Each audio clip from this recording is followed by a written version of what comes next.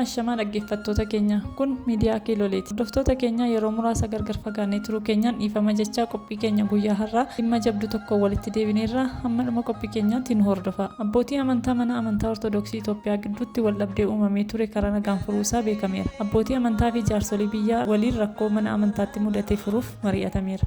Tokkummaa fi tajaajila babal'isuun barbaachisaa ta'uun itti amanamee waliigaltee irra ga'uu abbootiin amantaa ibsa kennaniin himaniiru. Gaaffilee afaaniin wal qabatanii ka'an manni amantichaa hojiilee eegalte cimsitee kan itti fuftu ta'uun kan ibsame yeroo ta'u dhimmi baajataa fi humna namaa cimsuun xiyyeeffannaan ni hojjetamas jedhameera. Dabalataanis afaan Oromootiin amanticha kan cimsan kolleejjiiwwan leenjii fi yuunivarsiitii cimsuun mana amantichaa dhalootatti ceesisuuf rakkooleen furamuu qaban qorannoon marii fi hojmaata irratti bu'uureffachuun hojjechuuf waliigaltee irra ga'amuun ibsameera. Haa ta'u malee akka biyyi diigamtuuf warri halkaniif guyyaa tattaafatan biyya Itoophiyaa jedhamtu kana karaa hedduu yaalanii dadhabnan karaa amantaa kanaan yaalii geggeessaniiru. Yaaliin kunis yeroo ammaa jalaa fashalaa'ee waliigaltee abbootii amantaa taasisaniin nageenyi bu'ee jira. Kun biyyaaf gammachuu guddaadha. Egaan asirratti warri bo'ee biyya bochisuuf yaalaa ture hundi kaaneffatee jira. Biyyi Itoophiyaa hokkoraa fi xaxadiinaan tasumaa hin diigamtu. Hundeen ishees cimee dhaabbatee jira.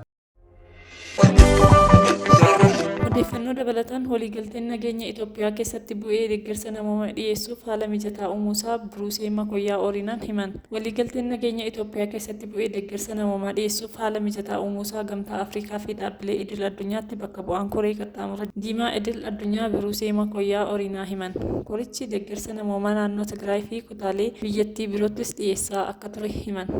Nyaataa fi meeshaalee nyaataa ta'in biroo xaa'oo fi sanyii filatamaa dabalatee dhiyeessaa turuu dubbatan. Kanas lafoo fi xiyyaaraan deddeebisaa turuu himaniiru. Mootummaan Itoophiyaa deeggarsi kun hawaasa bira akka qaqqabuuf deeggarsa walirraa hin cinne kennaa turus isaafis galateeffatanii jiru.